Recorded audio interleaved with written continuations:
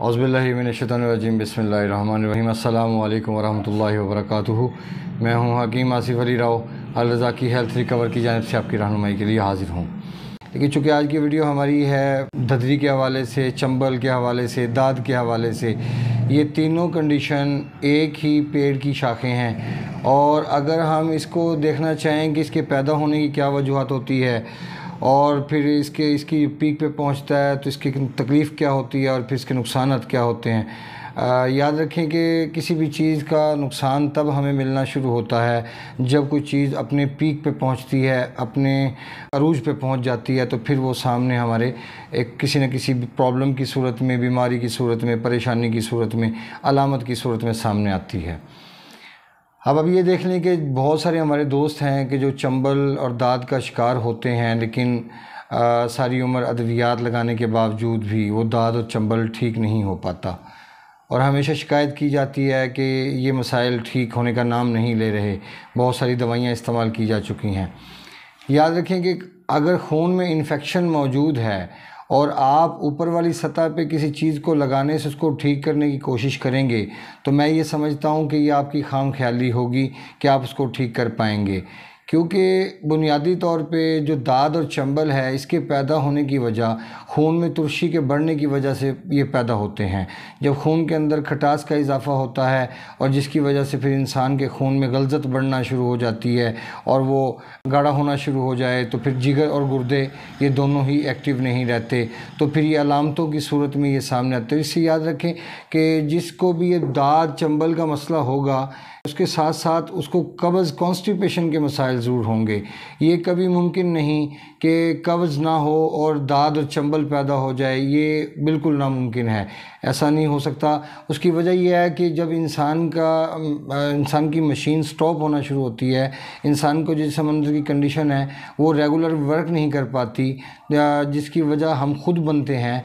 हमारी जो खुराक में बहुत सारी चीज़ें ऐसी शामिल हैं जो सब की सब हमारे खून को गाढ़ा करने का सबब बनती हैं।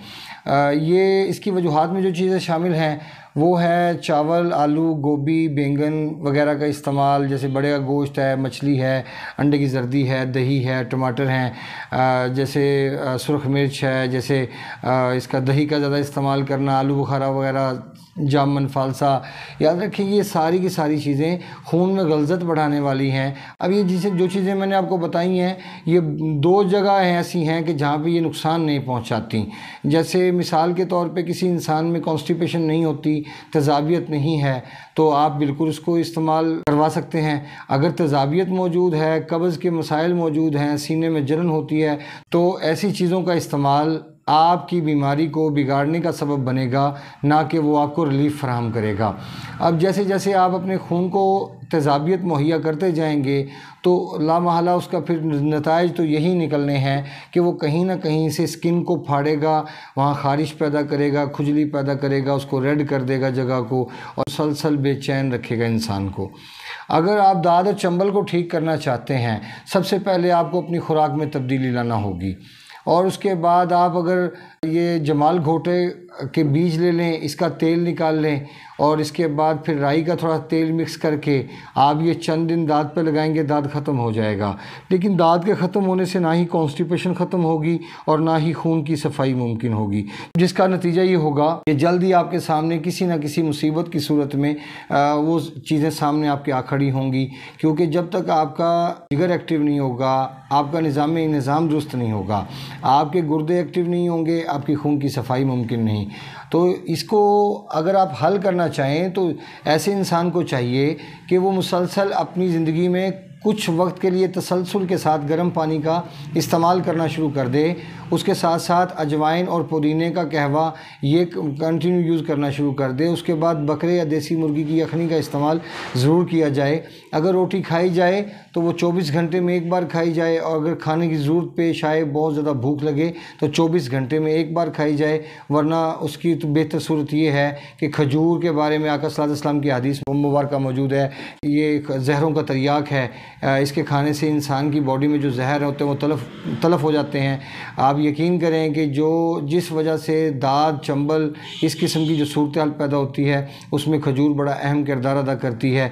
और इसके लिए माहौल को ठंडा रखना ज़रूरी नहीं, माहौल में हरारत रहना ज़रूरी है। अगर आप ऐसी चीज़ों का इस्तेमाल करते हैं जो ठंडक में अपनी कैफियत रखती हैं, जैसे तरबूज है, जैसे खुबानी है, जैसे गन्ने का रस है, इस किस्म की जितनी भी चीज़ें हो गई, ये सारी की सारी ऐसी कैफियत में नुकसान का सबब बनती हैं, वो बजाय बीमारी को कम करने के बढ़ाने का सबब बनती हैं। जब भी ऐसी कंडीशन में घबराहट, बेचैनी या जिस समय गर्मी हरारत महसूस हो, वो हरारत नहीं होगी, वो आपके कॉन्स्टिपेशन की वजह से, आपके मैदे और जिगर के सही काम ना करने की वजह से और गंदे मवाद ना खारिज होने की वजह से वो रुक जाएंगे, जिसका नतीजा ये निकलेगा कि आपको आने वाले वक्त में तकलीफ़ का सामना करना होगा। तो मिलते हैं इंशाल्लाह मज़ीद इन्फॉर्मेटिव वीडियो के साथ। अपने दोस्त अहबाब का ख्याल रखें और हमारे चैनल को सब्सक्राइब करें, बेल आइकन को प्रेस करें, कमेंट सेक्शन में अपनी राय से ज़रूर आगाह करें। वमा अलैना इल्लल बलागुल मुबीन। अस्सलामु अलैकुम वरहमतुल्लाहि वबरकातुहू।